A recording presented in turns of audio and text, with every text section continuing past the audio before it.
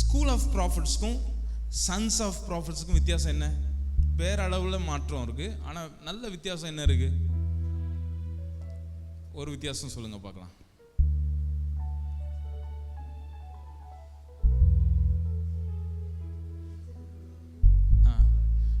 இங்கே டீச்சர் சொல்லி கொடுக்குறாரு, இங்கே அப்பா.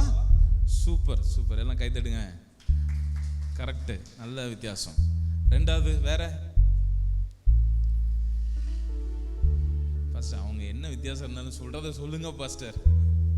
கொஞ்சம் உங்களை நீங்க யோசிக்கணும்னு விரும்புறேன். தீர்க்கதரிசிகள் கூடத்திற்கும் தீர்க்கதரிசிகள் புத்திரர்களின் கூடத்திற்கும் வித்தியாசம். இங்க சொல்லி கொடுக்குறாங்க, இங்க அதை வாழுறாங்க. நல்லது. வேற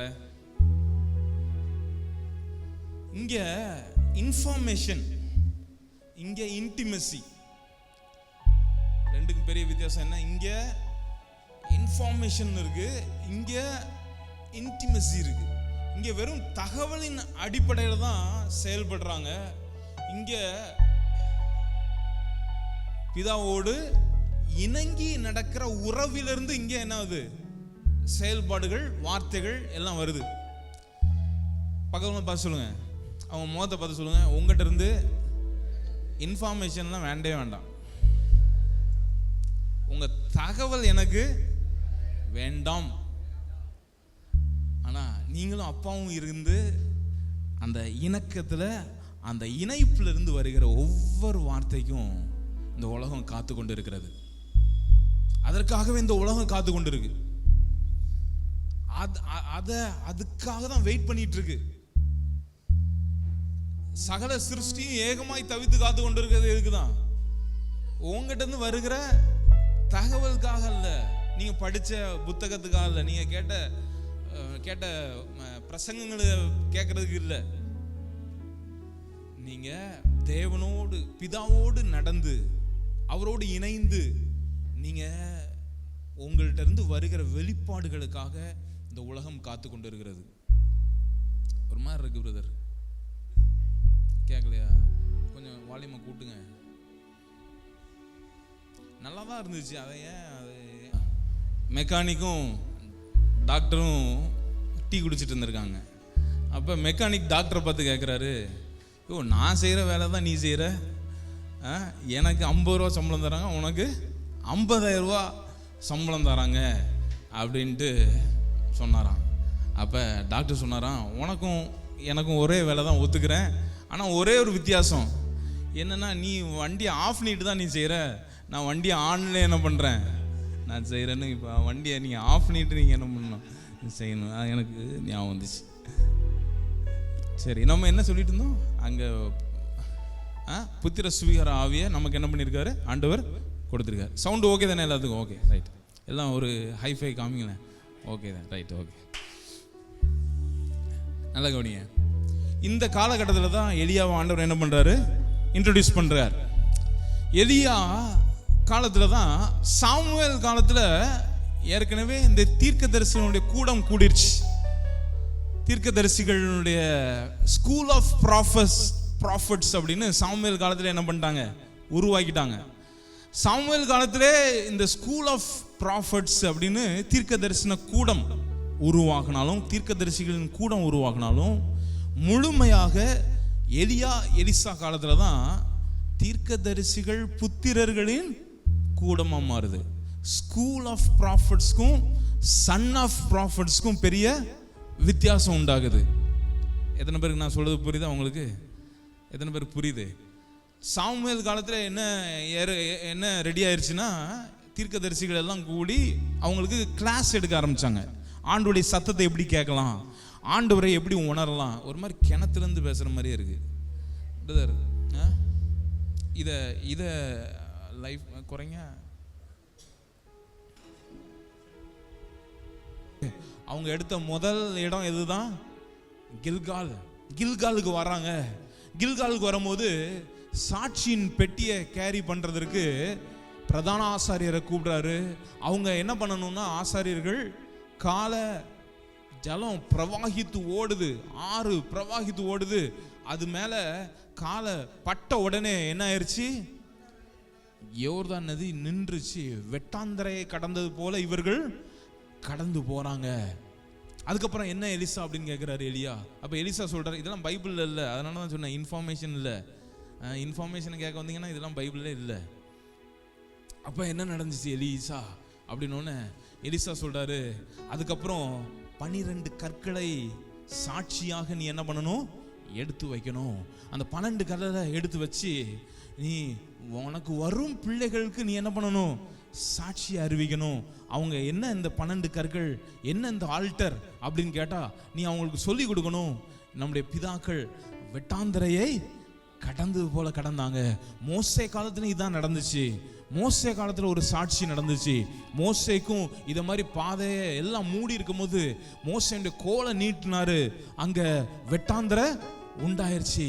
அந்த வெட்டாந்தரையில நடந்து கடந்தார்கள். எகிப்திலிருந்து வெளியே வந்தது போல இப்ப வனாந்தரத்திலிருந்து வெளியே வந்து கானானுக்குள்ள நுழைவதற்கு முன்பதாக மோசே கிடையாது, மோசேயுடைய கோலும் கிடையாது. இப்ப சாட்சி தான் யோசுவாட்ட இருக்கு. மோசேயுடைய கோல் அவன்கிட்ட இல்லை, ஆனா மோசேக்கு ஆண்டவர் செய்த சாட்சி அவன் கையில இருக்கு. சாட்சி ரொம்ப முக்கியம். எலிசா,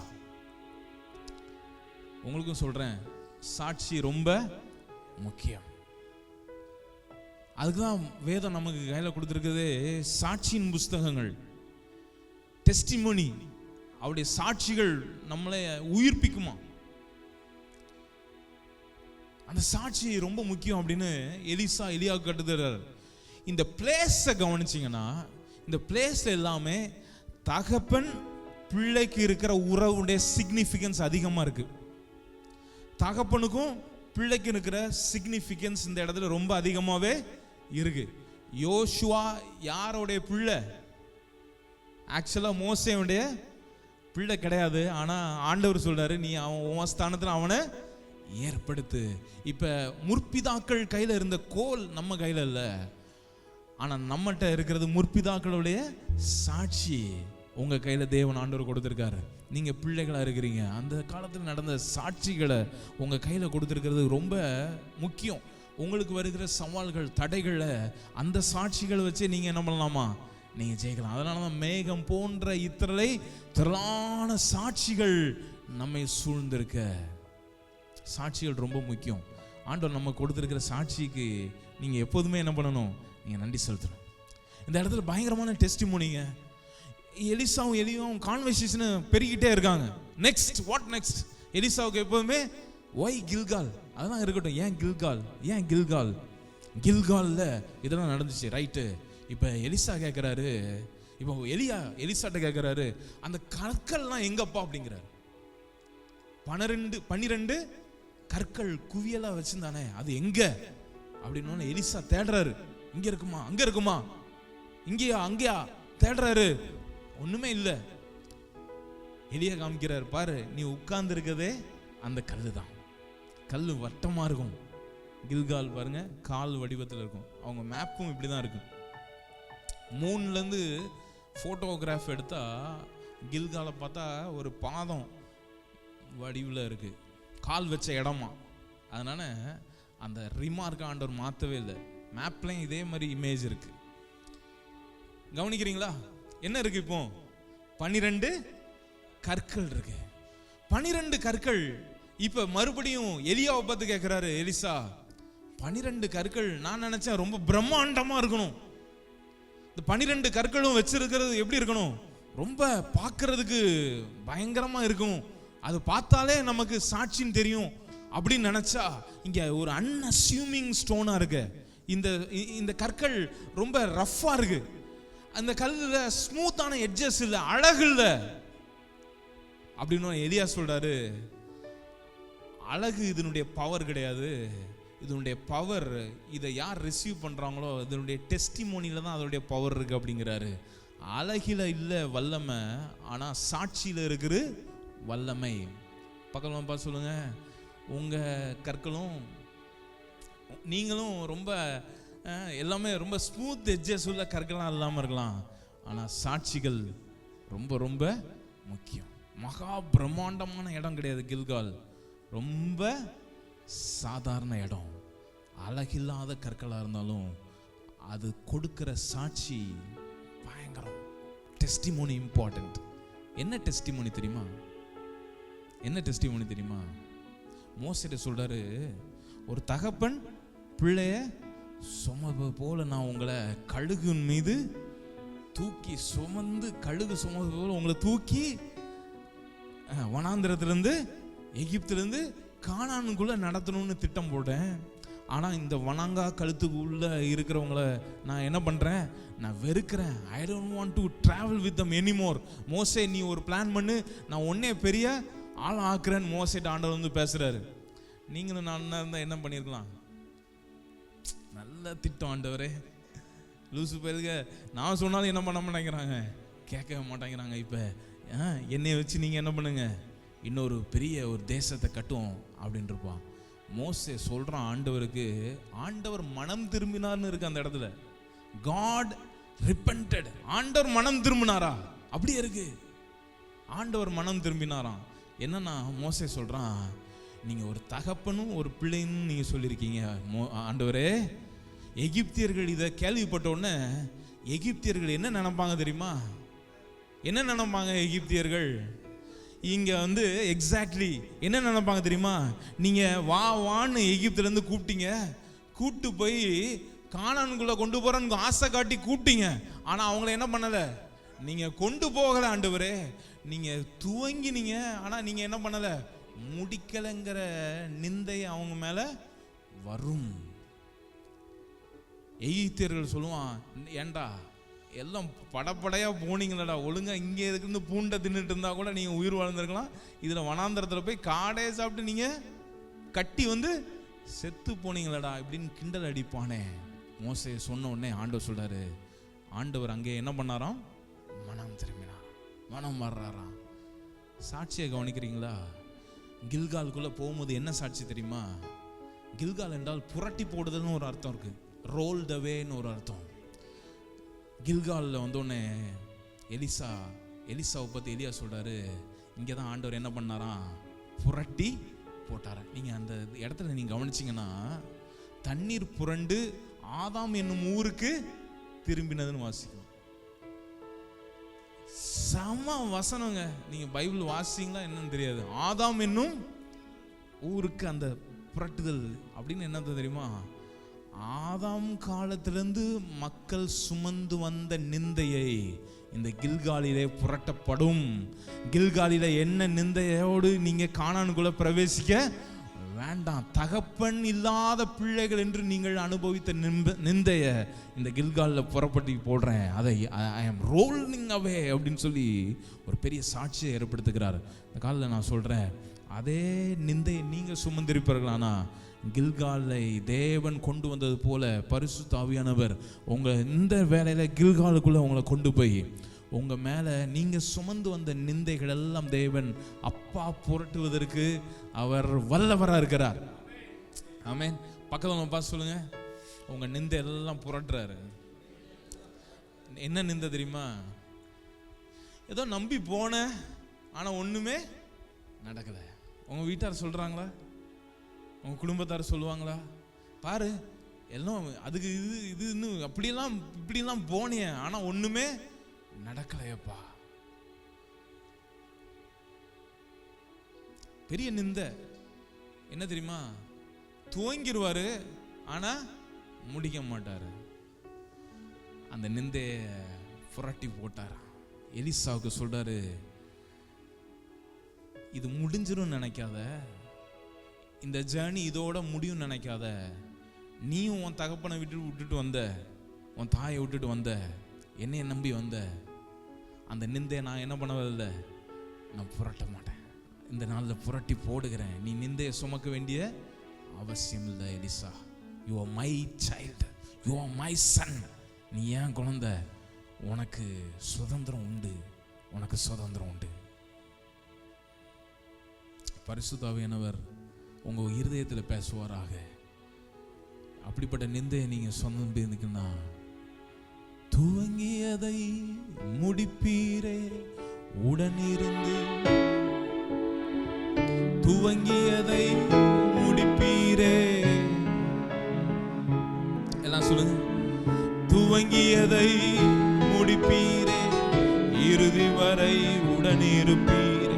தடைகள் வந்தாலும் அது நன்மையாய், ஓ தாமதம் ஆனாலும் அது நன்மையாய் முடியுமே. தடைகள் வந்தாலும் உம் தரிசனம் நிற்குமே. தாமதமானாலும் அது நன்மையாய் முடியுமே. நீர் நல்லவரே, சர்வ வல்லவரே, உம் கரங்கள் என் ஆதாரமே. நீர் நல்லவரே, சர்வ வல்லவரே, உம் கரங்கள் என் ஆதாரமே. பகவான் கைப்பிடி சொல்லுங்களேன். எவ்வளவு பெரிய நிந்தைகள் உங்க மேல வந்திருக்கலாம், ஆனா நிந்தைகளை புரட்டுவார். நிந்தைகளை ஏற்கனவே புரட்டி இருக்காரு. மற்றவங்க உங்களுக்கு தெரியாது என்னென்ன நிந்தனை உங்களை மற்றவங்க செய்கிறாங்கன்னு. உங்களுக்கு யூ ஹேவ் நோ ஐடியா. உங்கள் குடும்பத்தாரே என்ன நிந்திக்கிறாங்கன்னு உங்களுக்கு தெரியாது. ஹலோ பிரதர், எப்படி இருக்கீங்க பிரதர்? அப்படியே கட்டி பிடிச்சி, நல்லா இருக்கேன் பிரதர்.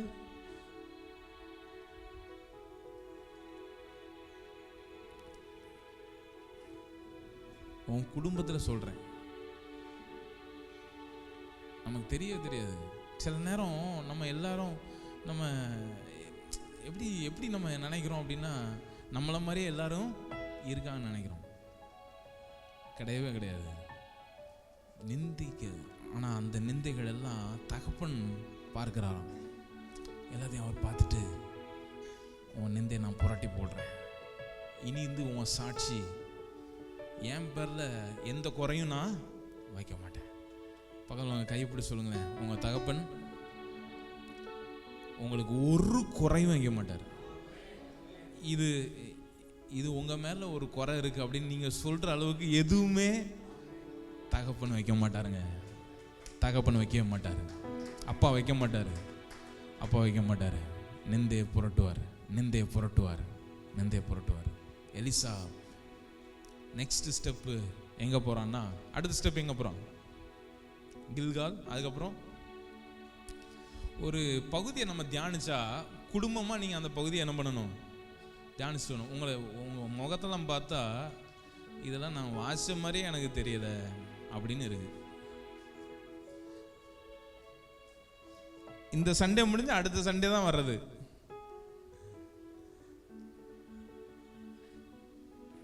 இனிமே அப்படி இருக்காங்க. இனிமே ஒரு பகுதியோடு ஆண்டவர் பேசும்போது அந்த பகுதியை நீ கொஞ்சம் தியானிங்க. அந்த பகுதியில் கொஞ்சம் தியானிச்சாதான் அதில் உங்களுக்கு வரும் வெளிப்பாடு. நிறைய பேர் இப்போ தான் பார்க்கவே சரிங்க. கில்காலே எங்கே போனாங்கன்னு இன்னைக்கு தான். நெக்ஸ்ட் ஸ்டெப் எங்கே போகிறாங்க தெரியுமா? Next step Bethel. நான் சொன்னேன், எல்லா இடத்துலையும் தகப்பனும் பிள்ளைக்கும் இருக்கிற அந்த உறவை தான் குறிக்குது. கில்காலும் அப்படிதான். ரெண்டாவது ஸ்டெப் எங்கே போகிறாங்க? பெத்தேல் போகிறாங்க. இந்த பெத்தேல் ரொம்ப ரொம்ப ஸ்ட்ராட்டஜிக் பாயிண்ட். இந்த பெத்தேல்ல என்ன நடந்துச்சு? ஃபர்ஸ்ட் பெத்தேல் எப்படி உருவாச்சு? ஆபிரகாம் காலத்திலே உருவாச்சு. ஆபிரகாம் அழைச்சி பெத்தேல என்ன பண்ண கொண்டு வந்தார்? அழைச்சி கொண்டு வந்து அங்கே குடியிருக்கும்படி செஞ்சார். ஆனால் அவன் அங்கே மம்ரேக்கு போனான், அங்கங்கன்னு எப்ரோனுக்கு போனான், அங்கே ஒவ்வொரு இடமா எகிப்துக்கு போனான், அப்படி மாறிட்டே இருந்தான். ஃபர்ஸ்ட் இந்த அநாத ஆவியை போக்குறதுக்கு உண்டான இடம் பெத்தேல தான். ஆண்டவர் ஆபிரகாமோடு என்ன பண்றாரு? இடைப்படுறார். ஏன்னா ஆபிரகாம் தகப்பனை விட்டுட்டான். இப்ப தகப்பனை கூட்டு வந்து தகப்பன் இறந்து போன ஒரு அனாதையா இருக்கிறான். ஆபிரகாம் கூட ஆண்டவர் பேசி, நான் உன் தகப்பன், நான் சர்வ வல்லவன் சொல்லுவேன், நான் am your father அப்படின்னு சொல்லி ஆபிரகாம் அழைக்கிறாரு. ஆபிரகாம் அழைச்சி அப்புறம் ஈசாக்கு வருகிறான். ஈசாக்கு அப்புறம் யாக்கோபு இருக்கிறான். யாக்கோபு வீட்டில் வளர்ந்த செல்ல பிள்ளை. அவனுக்கும் அனாதைக்கும் சம்பந்தமே. ஏசாவும் வேணா நீங்க அனாதை ஆவின்னு நினைக்கலாம், ஆனா யாக்கோபு என்ன பண்ணவே முடியாது. அப்பாவும் அம்மாவும் கூட வளர்ந்து கூட்டமா குடும்பமா அப்படியே இருந்த பையனை இப்ப தன்னந்தனியா போய் நிற்கிறான். தன்னந்தனியா நடு ராத்திரியில காட்டுக்குள்ள, தலைவானும் இல்லை, போர்வை இல்லை, டென்ட் இல்லை, ஒன்றும் இல்லை, கல் இருக்கு. அங்கே போய் அப்படியே படுத்து கூதுங்குறான். அவனுக்குள்ள ஒரு எண்ணங்கள் வருகிறது. நான் வீடை விட்டுட்டு வந்துட்டேனே, நான் என்ன நினைப்பேன்? தகப்பனை விட்டுட்டு தாய், ஆக்சுவலா அவங்க அப்பா அம்மாவும் யாக்கோபு பார்க்கவே இல்லைன்னு நினைக்கிறேன். அப்படிதானே? யாக்கோபு பார்க்கவே இல்லை. அதான் லாஸ்ட். அவங்க அம்மாட்ட முத்தம் வாங்கிட்டு வந்ததான் லாஸ்ட். பார்க்கவே இல்லை. அந்த இடத்துல வந்து படுத்திருக்கான். இவன் மைண்ட்ல என்னெல்லாம் போடிட்டு இருக்கோ அதெல்லாம் இவனுக்கு வாக்குத்தத்தமா ஆண்டவர் வந்து கொடுக்காரு. ஆண்டவரே, நான் என்ன பண்ணுவேன் அப்படின்னா, கிழக்கே, மேற்கே, வடக்கே, தெற்கே நீ என்ன பண்ணுவ, நான் உனக்கு சுதந்திரமா கொடுப்பேன். இது அப்பா பிள்ளையோடு பேசுற வார்த்தை. அப்பா எல் பெத்தேல்னு அங்கதான் பேரே வருது. ஒரு தகப்பன், நான் வீட்டை விட்டு வந்தேனே, உனக்கு நான் வீடை தருவேன்டா அப்படிங்கிறாரு. நான் எனக்குன்னு இடம் இருக்க, உனக்கு நான் என்ன பண்ணுவேன், பூமியின் எல்லாம் எல்லாம் உனக்கு தான். இதெல்லாம் வாக்குத்தத்தமா கொடுக்குற அந்த இடம் பெத்தேல். அந்த இடத்துல கூட்டு வராரு. கூட்டு வந்துட்டு எலிசாட்ட ஒரு காரியத்தை சாட்சியா அறிவிக்கிறாரு. நீ தகப்பனை விட்டுட்டு வந்துட்ட, நீ ஏறு மாடுகளை விட்டு வந்துட்ட, நீ அப்படி வந்துட்ட அப்படின்னு நீ நினைக்கிற. நான் உன் சுதந்திரமா இருக்கிறேன், நான் உன் தகப்பன் அப்படின்னு சொல்லி பெத்தேலுக்கு கூப்பிடுறாரு. மூணாவது ரொம்ப முக்கியம். மூணாவது எங்க போறாங்க? எங்க போறாங்க?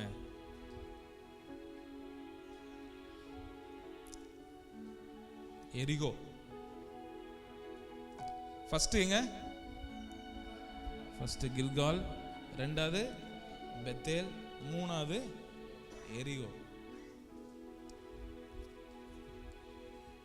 இந்த கிரேஸ் கேம்ப்ல இருக்கிற பிரச்சனை என்னன்னா, ஸ்கிரிப்சர் நாலேஜே இல்லை. அப்படிதானே? கிரேஸ் கேம்ப்ல பெரிய பிரச்சனை என்ன தெரியுமா? எல்லாம் கிருபை, இது எல்லாம் கிருபை அப்படின்னு போயிட்டு வண்டியை ஓட்டிட்டு போயிடுறது. ஸ்கிரிப்சர்ல ஒண்ணுமே, பழைய உடன்படிக்கையில ஒன்றும், அதெல்லாம் பழைய உடன்படிக்கை எல்லாம் உருவழிந்து போனதுன்னு வச்சுட்டு புதிய உடன்படிக்கை, புதிய ஏற்பாடு மட்டும் படிச்சுட்டு இருக்க கூட்டத்தில் நீங்க இருக்கக்கூடாது. பக்கத்தில் பார்த்து சொல்லுங்க, நாளையிலிருந்து கதையாவது அட்லீஸ்ட் என்ன பண்ணணும், படிச்சு வைக்கணும். உங்க பிள்ளைங்களுக்கு நீங்க என்ன பண்ணுங்க, ஸ்டோரி சொல்லி கொடுக்கணும். பிள்ளைங்க உங்கள்கிட்ட வந்து கேட்டா, நல்ல வெரி வெரி குட் ஸ்டோரி, அந்த படம் பாரு, இந்த படம் பாருன்னு சொல்லிடக்கூடாது. நல்ல ஸ்டோரிஸை சாட்சிகளாய் உங்க பிள்ளைகளுக்கு சொல்லிக் கொடுங்க. எலிசாவுக்கு எலியா தான் என்ன பண்றாரு, கற்பித்து கொடுக்கிறார். கற்பித்து கொடுத்தாரு. இப்போ மூணாவது இடத்துக்கு எங்க போறாங்க? எரிகோ. நல்ல சவுண்டா சொல்லுங்க, எரிகோ. எரிகோவுக்கு தகப்பனுக்கு பிள்ளைக்கு என்ன சம்பந்தம் இருக்கு?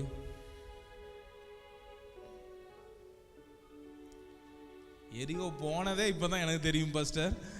இதுல தகப்பன் பிள்ளைக்கு என்ன சம்பந்தம் இருக்குன்னு நீங்க கேட்டா எனக்கு என்ன தெரியும்?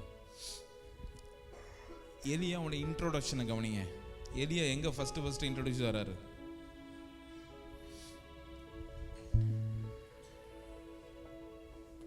ஒன்று ராஜாக்கள்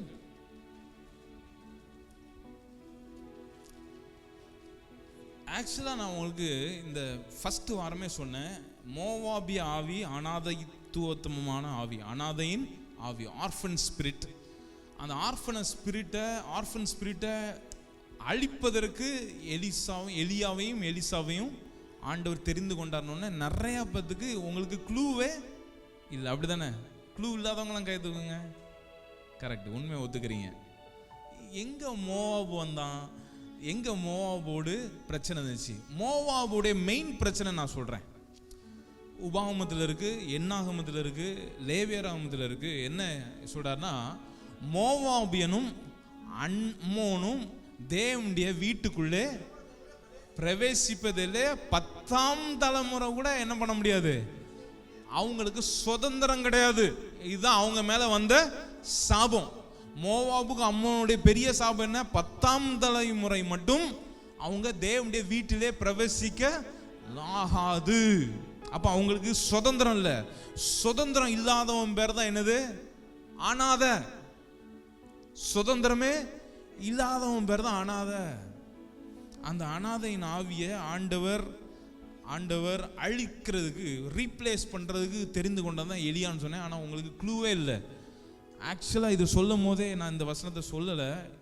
நான் ரொம்ப ரீசெண்டாக தான் இந்த வசனத்தை நான் பார்த்தேன். 1 ராஜாக்கள் 17 வாசிங்க. 17 1வது வசனம் வாசிங்க. இங்கே தான் ஃபர்ஸ்ட் இன்ட்ரோடியூஸ் ஆகிறார். இதுக்கு முன்னாடி எலியா இன்ட்ரோடியூஸ் ஆகிறாரா? இல்லை. 17:1 வாசிங்க. கீலேயாத்தின் குடிகள், நல்ல சவுண்டாக வாசிக்கிங்களா? 17:1 1 ராஜாக்கள் 17:1. கீலேயாத்தின் குடிகளிலே திஸ்பியனாகிய எலியா ஆகாபை நோக்கி, என் வாக்கின்படியே அன்றி இந்த வருஷங்களிலே பனியும் மழையும் பெய்யாதிருக்கும் என்று இஸ்ரவேலின் தேவனாய் கர்த்தருக்கு முன்பாக நிற்கிற நான் அவருடைய ஜீவனை கொண்டு சொல்லுகிறேன் என்றான். இதான் எலியாவுடைய இன்ட்ரோடக்ஷன் நினைக்கிறோம். ஆனால் இன்ட்ரோடக்ஷன் இதில் இல்லை. முந்தின அதிகாரத்தினுடைய லாஸ்ட் வசனத்தை வாசிங்க. அங்கே தான் இன்ட்ரோடக்ஷன் இருக்கு. அங்கே என்ன இருக்கு பாருங்க. 33 வாசிங்க. ஆகாப் ஒரு விக்கிரதோப்பை வைத்து இஸ்ரவேலின் தேவனாய கர்த்தருக்கு கோபம் உண்டாக்கும்படிக்கு தனக்கு முன் இந்த இஸ்ரவேலின் ராஜாக்கள் எல்லாம் அதிகமாக செய்து வந்தான். அப்புறம் அவன் நாட்களிலே பெத்தேல் ஊரான, இங்கே தான் எலியா வந்ததுக்குடைய நோக்கமே உங்களுக்கு தெரியணும். சும்மா திஸ்பியனாகி எலியாவை ஒரு நாள் ஆண்டவர் போய் என்ன பண்ணலை, போய் கூப்பிடலை. திஸ்பியனாகி எலியா ஏன் வந்தான் அப்படின்னு இங்கே இருக்கு பாருங்க. என்ன சொல்றான் பாருங்க. அவன் நாட்களிலே, எல்லாம் சேர்ந்து வாசிங்க. 34 வசனம். பெத்தேல் ஊரானாகிய ஈயேல் எரிகோவை கட்டினான். உங்களுக்கு கொஸ்டின் வரணுமா வரக்கூடாதா? என்ன கொஸ்டின் வரணும்? எரிகோவை எவன் கட்டுறானோ அவனுக்கு சாபம் இருக்கும். அவன் பிள்ளைய பலி கொடுத்தாதான் எரிகோவை கட்ட முடியுங்கிற பெரிய சாபம் அவனுக்கு வரும். எரிகோவை எவன் கட்டுகிறானோ அவன் சபிக்கப்பட்டவன். அவன் பிள்ளைய இழப்பான். பிள்ளைய வச்சுதான் எரிகோவை கட்டுறதுக்கு முயற்சிப்பான். இது யோசுவா விட்ட சாபம். இப்ப கனெக்ஷன் உங்களுக்கு புரியுதா? எரிகோ கனெக்ஷன், தகப்பனுக்கு பிள்ளைக்கு இருந்த சாபம் புரியுதா? பிள்ளைய இழப்பான், பெரிய சாபம். இப்ப ஈயேல் என்ன பண்றான்? ஆகாபை பிரியப்படுத்தணும்னு ஈயேல் என்ன பண்றான் பாத்தீங்களா? அவன் நாட்களிலே எங்க இருந்து வந்திருக்கான்? பெத்தேல்ல இருந்து வந்திருக்கான். எவ்வளோ பைபிள் எப்படி எழுதியிருக்காரு பாருங்க. பெத்தேல்ல இருந்து ஒருத்தன் வந்து எரிகோவை கட்டுறான். ஈயேல் எரிகோவை கட்டினான்.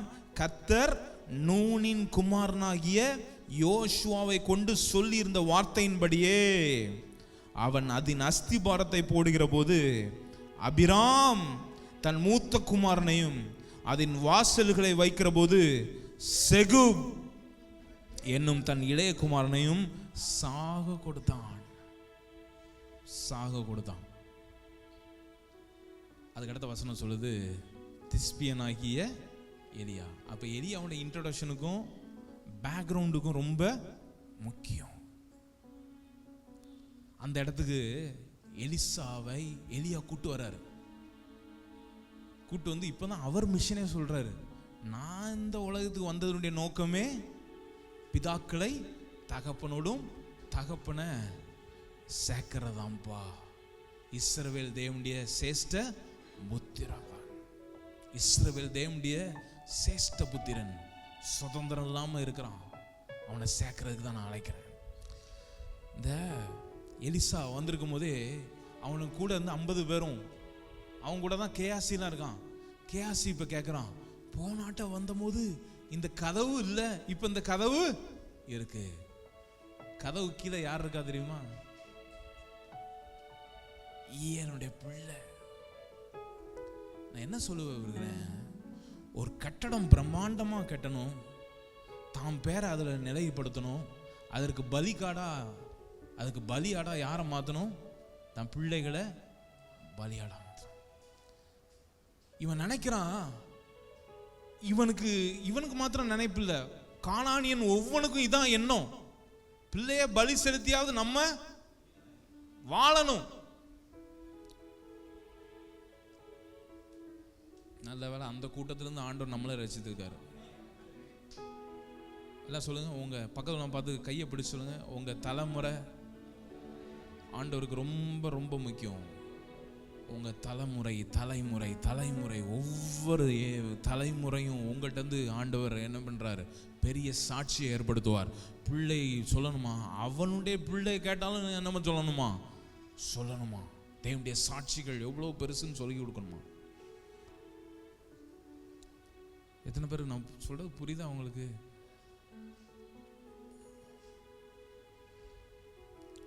நீங்க வீடை கட்டுங்க, ஆனா உங்க பிள்ளைகளை உழ வச்சு வீடை கட்டாய. ஊழியத்தை கட்டுங்க, ஆனா பிள்ளைகளை பலி கொடுத்துட்டு ஊழியத்தை கட்டாய. அநேக ஊழியங்கள் இன்னைக்கு போனதுக்கு காரணம் என்ன தெரியுமா? பிரம்மாண்டமான மினிஸ்ட்ரி, பிரம்மாண்டமான ஊழியங்கள் எல்லாம் ஒன்றும் இல்லாமல் போயிடுச்சு. ஏன் தெரியுமா? தலைமுறைகளை அவங்க எழுப்பவே இல்லை. தலைமுறைகள் எழுப்பவே இல்லை. எல்லா பெற்றோருங்க, எல்லா கல்யாணம் முடிஞ்சவங்க எல்லாம் கையை தூக்குங்க பார்க்கலாம். எல்லாரும் கையை தூக்கி ஆண்டவர்கிட்ட ஒரு ஒரு பெரிய ஒரு ப்ராமிஸ் கொடுங்க. ஆண்டவரே, என் தலைமுறையை என்னைய வச்சு நீர் கட்டுவதற்கு ஸ்தோத்திரம், என்னைய வச்சு நீ கட்டுவதற்கு ஸ்தோத்திரம். மிஷினரிஸ் இருக்காங்க இந்த வீட்டில், அவங்க வழக்கத்தின்படி பிள்ளைங்க அவங்களுக்கு பாரம். பிள்ளைங்களை இருந்தால் பாரம் அப்படின்னு நினச்சி மிஷினரி ஆர்கனைசேஷனே என்ன பண்ணுது? இந்த பிரின்சனை அக்கா சாட்சியெல்லாம் கேட்டிங்கன்னா நீங்கள் அழுதுருவீங்க. வருஷத்துக்கு ஒரு முறை தான் வந்து பார்க்கணும் பிள்ளைகளை, வருஷத்துக்கு ஒரு முறை தான் மீட் பண்ணணும். ஏன்னா ஆர்கனைசேஷன் சொல்லுது, உன் பிள்ளை உன் கூட இருந்தால் நீ சரியா ஊழியம் செய்ய முடியாது. என்ன இது? எரிகோ தான் அது. இந்த ஈயல் இருக்கான்ல, பிள்ளைய பலி கொடுத்துட்டான். ஒரு பெரிய பிரம்மாண்டமான கதவு வேணும், அந்த கதவு வேலை நடக்கவே மாட்டேங்க. அப்ப இளையகுமாரனை கூப்பிடு, ஒரு பெரிய எரிகோ கட்டணும், அதுக்கு அஸ்திபாரம் போடவே முடியல. அப்ப மூத்த குமாரனை கூப்பிடு. எப்படி இருக்கும்? ஊரார் பார்க்குறாங்க, உலகம் பார்த்துட்டு இருக்கு. எல்லாரும் முன்னாடியும் தன்னுடைய மூத்த பிள்ளைய வந்து பலி கொடுக்குறான். கதவு வைக்கணும்னா எவ்வளவு பெரிய காரியம். இளையகுமாரனை கூப்பிடாரு. இளையகுமாரன் எப்படி வந்திருப்பான்னு நினைக்கிறீங்க? வேண்டாம்ப்பா வேண்டாம்ப்பா வேண்டாம்ப்பா, கதவுலாம் வேண்டாம், நம்ம எங்கேயாவது வேற எங்கேயாவது போய் குடியிருப்போம். இவ்வளோ பெரிய கட்டடம் வேண்டாம், இவ்வளோ பெரிய கட்டு வேண்டாம், இதெல்லாம் எனக்கு வேண்டாம். நம்ம எங்கேயாவது இழுத்துட்டு வந்து தலையை அறுத்து அவனை பலி போடுறான். இந்த செட்டப்பில் பிள்ளைய பலி கொடுத்து கெட்டுறாங்களே. ஆண்டவர் பார்க்குறாரு, இது விட்டுட்டே இருந்தா பிள்ளையும் தகப்பனும் சேரவே முடியாது. நிறைய ஆர்கனைசேஷன், ஒருத்தர் பெரிய ஊழியர் வருந்துகிறேன், அவர்கிட்ட ஆண்டவர் சொன்னாராம், பிள்ளை இருந்தால் உனக்கு ஊழியம் நடக்காது, உனக்கு பெரிய பாரமாய் மாறி விடுவார்கள் உன் பிள்ளைகள், அதனால தான் உனக்கு பிள்ளைய கொடுக்கலப்பான்னாராம்.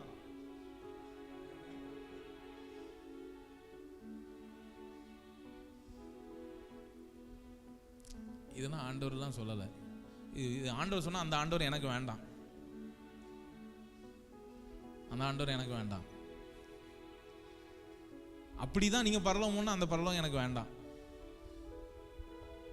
ஆண்டவரே பரலோகத்தை பத்தி பேசுவாங்க, அங்க உள்ள தங்கம் தாங்க அதெல்லாம் ஒன்றும் சொல்லலை, அதெல்லாம் எனக்கு சாட்சிகளா இருப்பீங்கன்னு சொல்ல, நீங்களே எனக்கு சாட்சிகளா இருப்பீங்க. அந்த தங்கம் உங்களுக்கு சாட்சின்னு சொல்லலை, வீதிகள் நகரம் தங்கம் மயத்தினால் இருக்கும், அதனுடைய தூண்கள் எல்லாம் தங்கம் பாய்ச்சப்பட்டிருக்கும், அதெல்லாம் சாட்சி. என் ராஜ்யம் எப்படின்னா, என் ராஜ்யம் அங்கே இருக்கு, இதோ அங்கே இருக்கு, இதோ இங்கே இருக்குன்னு சொல்றதுக்கு ஏதும் வராது, அது உங்களுக்குள்ளே இருக்குது. அந்த ராஜ்யத்திற்கு தகப்பன் பிள்ளை, அந்த ராஜ்யத்துக்கு நீங்களே சாட்சிகளா இருக்கீங்க. You are the witness. பக்கத்துல கை பிடிச்சு சொல்லுங்க, நீங்க தான் அப்பா இருக்கிறாருங்கிறதுக்கு பெரிய சாட்சியே நீங்க தான். அப்பா வீடு இல்லை, அப்பா நகரத்தை கட்டுறதுக்கு தாம் பிள்ளைய கொடுத்தாரு. ஏன்னா இந்த அட்லீஸ்ட் இந்த எண்ணம் உங்ககிட்ட இருந்து போட்டும், உனக்கு பலி வேணுமா, நீ செய்ய வேண்டாம், என்ன பண்றேன் நான் கொடுக்குறேன். ஏன்னா அவர் கொடுத்தாதான் அவர் உயிரோடையும் எழுப்பியிருக்காரு. என்ன தகப்பன் தெரியுமா? ஈயல் தம் பிள்ளைய இழந்து கட்டடத்தை கட்டிடலாம், எரிகோவை கட்டிடலாம், நகரத்தின் வாசலை போடலாம் அப்படின்னு போட்டு பார்த்தா அந்த பட்டணம் இன்னும் வேற கட்டி முடியாது. என்னடா மூத்த பையனையும் கொடுத்துட்டேன், ரெண்டே பையன் தான் அவனுக்கு, 2 பையனையும் கொடுத்துட்டேன், அப்ப வேற என்ன இவனுக்கு லைஃப்ல? இவனுடைய பர்பஸ் என்ன, இவனுடைய நோக்கம் என்ன, ஈயனுடைய நோக்கம் என்ன லைஃப்ல? எனக்கு பேர் வேணும், நான் எரிகோவை கட்டினேன் என்ற பேர் எனக்கு வேணும், அதுக்கு நான் எதனாலும் பலி கொடுப்பேன். எல்லாம் கட்டிட்டான்னு நினைச்ச அப்படி பார்த்தா கட்டடம் கட்டவே முடியல, வேலையே முடிய மாட்டேங்குது. எப்படி இருக்கும் இந்த ஈயலுக்கு? பலி கொடுத்தும் நம்ம எதிர்பார்த்த கட்டடம் கட்ட முடியல. தகப்பன்மார்கள் சரியான இடத்துல ஆண்டவர் உங்களை வச்சிருக்காருன்னு நான் நம்புறேன்.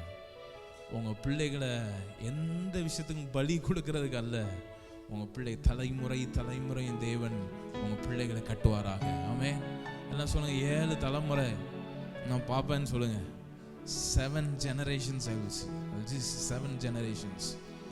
உங்கள் பெற்றோர்கள் உங்களுக்கு கனவு, உங்களுக்கு எது அது பிஸ்னஸ் ஊழியம் எதுவாக இருந்தாலும் உங்களுடைய விஷன் உங்கள் பிள்ளைகள் தான், உங்கள் தரிசனம் உங்கள் பிள்ளைகள் தான். உங்கள் விஷனுக்காக உங்கள் பிள்ளைகளை பலி கொடுக்கறது எரிகோவை கட்டுவது. எல்லா ஊழியர்களும் இந்த இடத்துக்கு வரணும்னு விரும்புகிறார் ஆண்டவர். எல்லாம் கரங்களை வைத்து சொல்லுங்களேன், ஆண்டவரே என் பிள்ளைகள் நீர் எனக்கு கொடுத்த தரிசனம், என் பிள்ளைகள் இந்த பட்டணத்திலே அற்புதங்களாகவும் அடையாளங்களுமா இருப்பது உம்முடைய தரிசனம். உம்முடைய பிள்ளைகள் நாங்க, எங்களை நீர் மீட்டு கொண்டதுக்காக ஸ்தோத்திரம், மீட்டு கொண்டதுக்காக ஸ்தோத்திரம்.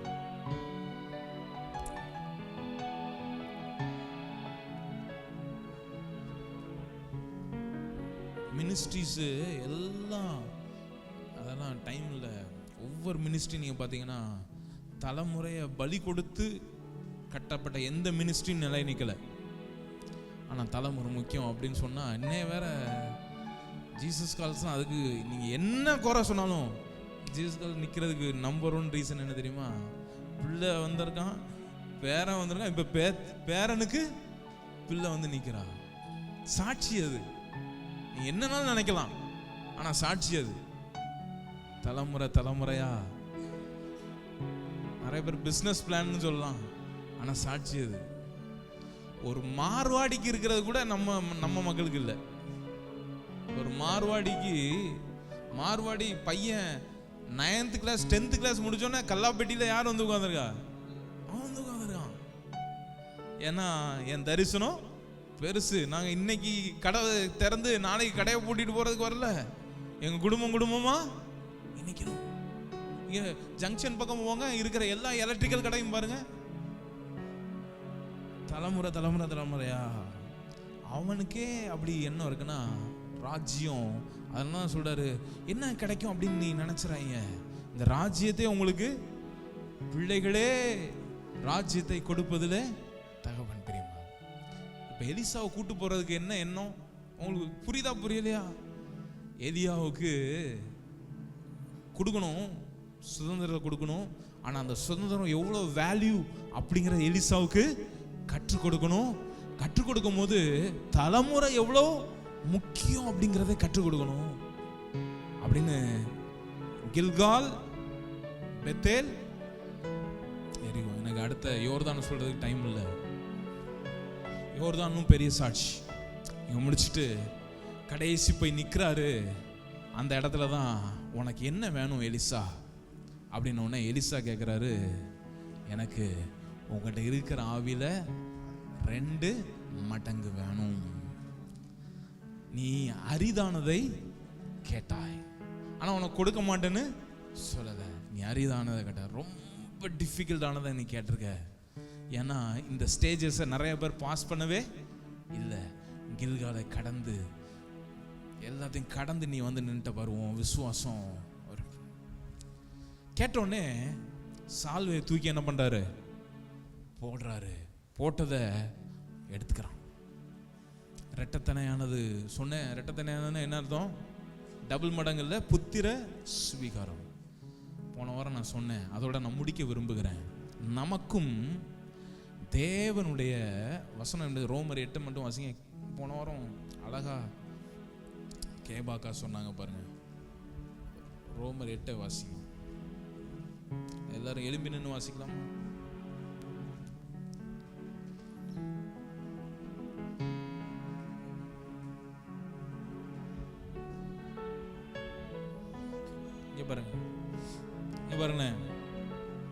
இயேசு சீஷர்கள், இயேசுவும் சீஷர்களுக்கும் இதே தொடர்பு தான் இருந்துச்சு, இதே உறவு தான் இருந்துச்சு.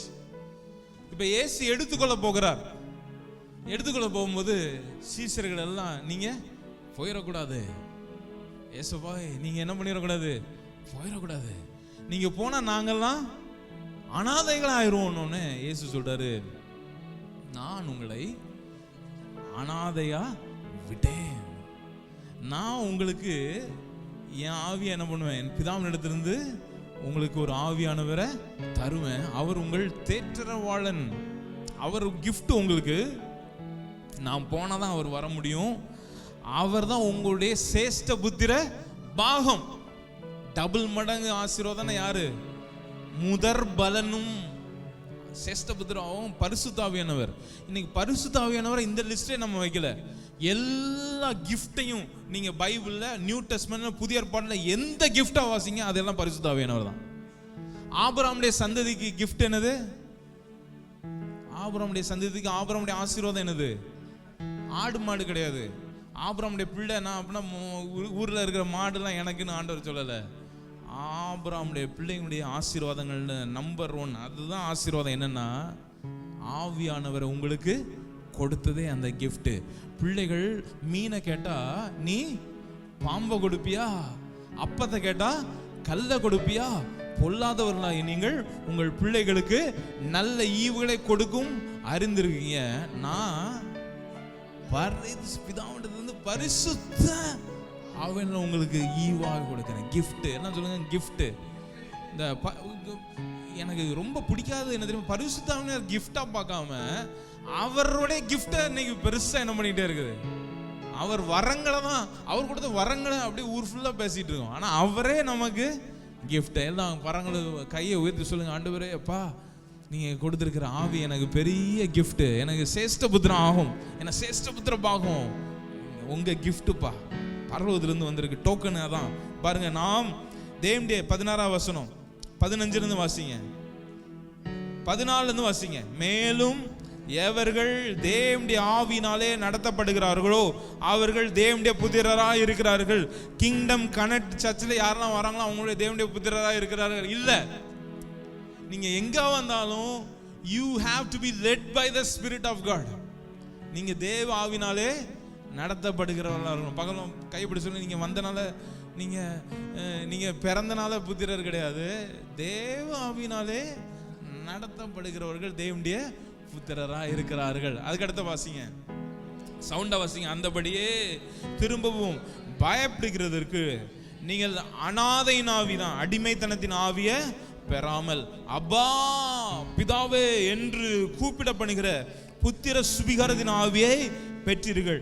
நாம் தேவனுடைய பிள்ளைகளாய் இருக்கிறோம் என்று ஆவியானவர் நாமே நம்முடைய ஆவியினுள்ளே சாட்சி கொடுக்கிறார்.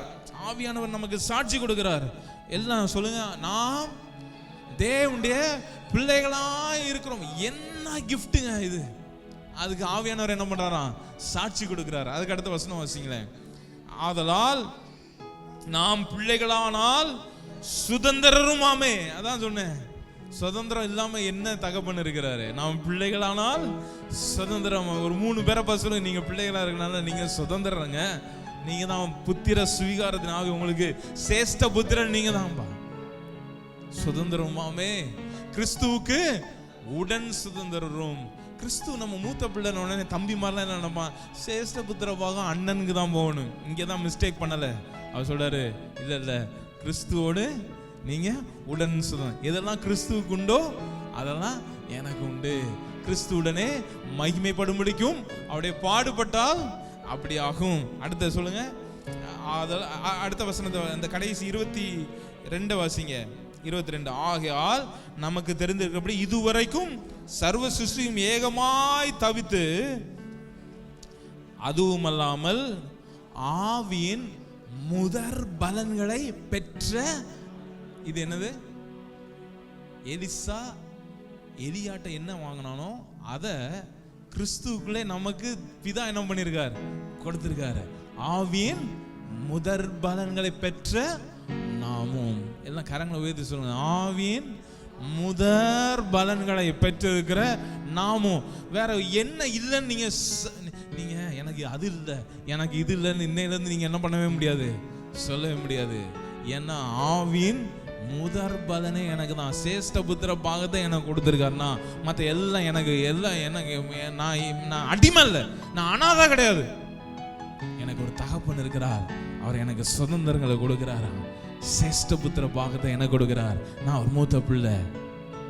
எவ்வளவு அழகான, இதை விட மேன்மை என்ன இருக்கு? நீங்கள் அனாதைகள் அல்ல, நான் உங்களை திக்கற்ற பிள்ளைகளை விட, I will never leave you as orphan. எவ்வளவு பெரிய வார்த்தை. சீசருக்கு சொல்றாரு, நாங்க என்ன பண்ணுவோம்? சீசர்களை பார்த்து சொல்றாரு, நான் மற்றவங்க விட்டுட்டு போற மாதிரி நான் பாதியில விட்டுற மாட்டேன், நான் கிஃப்டை உங்களுக்கு கொடுப்பேன், சுதந்திரம் உங்களுக்கு, முதற் பலன்கள் உங்களுக்கு. இது வந்தோடனே தான் நாங்கள் சீசர்களே தைரியம் ஆயிடுறாங்க. இந்த காலை வேளையில அந்த முதற் பலன்களை பெற்ற நாமும்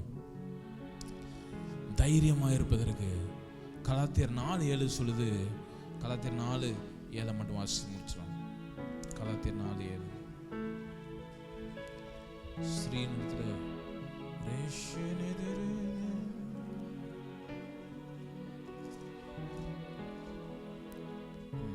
எல்லாம் சேர்ந்து வாசிக்கலாமா? 6ல நீங்க வாசிங்க. 6ம் 7ம்.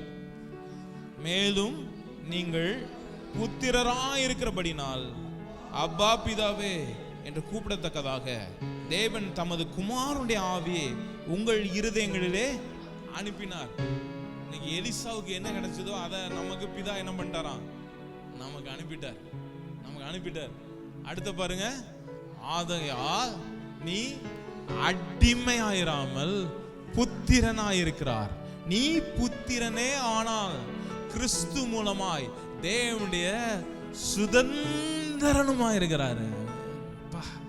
எப்பமாவது பிரச்சனை வந்துச்சுன்னா அந்த வசனத்தை எடுத்து வாசிச்சுக்கோங்க.